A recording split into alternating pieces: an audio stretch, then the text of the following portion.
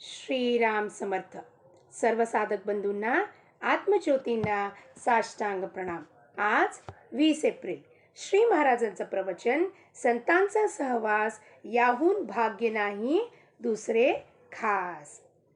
सद्गुरू महाराज आपल्याला मिळाले आहे, त्यांचा सहवास लाभलेला आहे श्री महाराजांचा. याहून भाग्यच नाही आहे दुसऱ्या आपल्या जीवनात, असं ते आपल्याला सांगतात.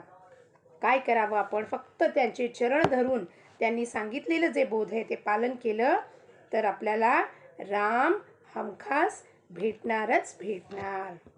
बाह्य प्रपंच प्रारब्ध उपाधी त्यासी त्रासू नये कधी, हीच जाणावी उघड समाधी.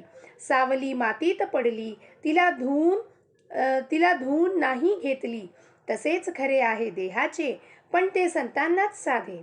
सर्व संकल्प वर्ज्य करून अवस्था असावी बालक वृत्ती समान. सतत विवेक अखंड चित्ती, रामनामी मनोवृत्ती. हेची तुम्हा परमप्राप्ती, मारुनी खोटी कल्पनावृत्ती. रामनाम अखंड चित्ती, समाधान संतोष शांती. देवासी सर्व करी अर्पण, करी स्वानंदयुक्त परमात्मा चिंतन. हीच सिद्ध साधूची खूण, वासना जाळून शुद्ध चित्त. अहंभाव सोडून होई निभ्रांत. आता मी रामाचा, राम माझा हे जाणावे पूर्ण. संत सहवास त्याला पाही, जो देहबुद्धी टाकून राही. संतास न पहावे देहात, आपण देहापरते होऊन पहावे त्यास. नामात ठेवा प्रेम, हीच संतांची खूण. जे जे आपले संगती आले, संतांनी त्याचे सार्थकच केले. साधूने देह ठेवला तरी सत्तेने जागृत राहिला. त्याची ठेवावी आठवण, सेवा करावी रात्रंदिन. संतांचा सहवास याहून भाग्य नाही दुसरे खास. संत चरणी विश्वास, त्याने भगवंत जोडला खास. लक्ष ठेवावे संतांकडे, देह लावावा प्रपंचाकडे. नाम घ्यावे श्वासोच्छ्वास, संत संतुष्ट होईल खास. सांगावे संतास नमस्कार, जो जगताचा आधार.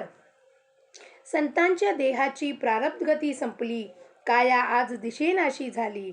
परी अजरा अमर राहिली, राम करता हे जाणून चित्ती. जगात संत ऐसे वर्तती, जेणे दुसऱ्यास मार्गदर्शक होती.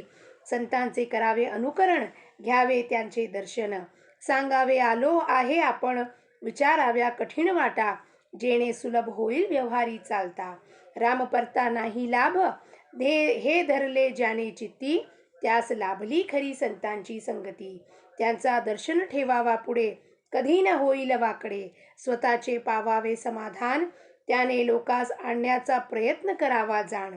संतांशी व्हावे अनन्य शरण, दुसरीकडे जाण्याचे नाही कारण. भाग्याने संत घरी आले, अभागी न मानी त्याला. सूर्याचा प्रकाश झाला, आंधळ्याला उपयोगी नाही आला. तैसी विषयी झाली त्याची वृत्ती, संतांची संगत त्याला न लाभती.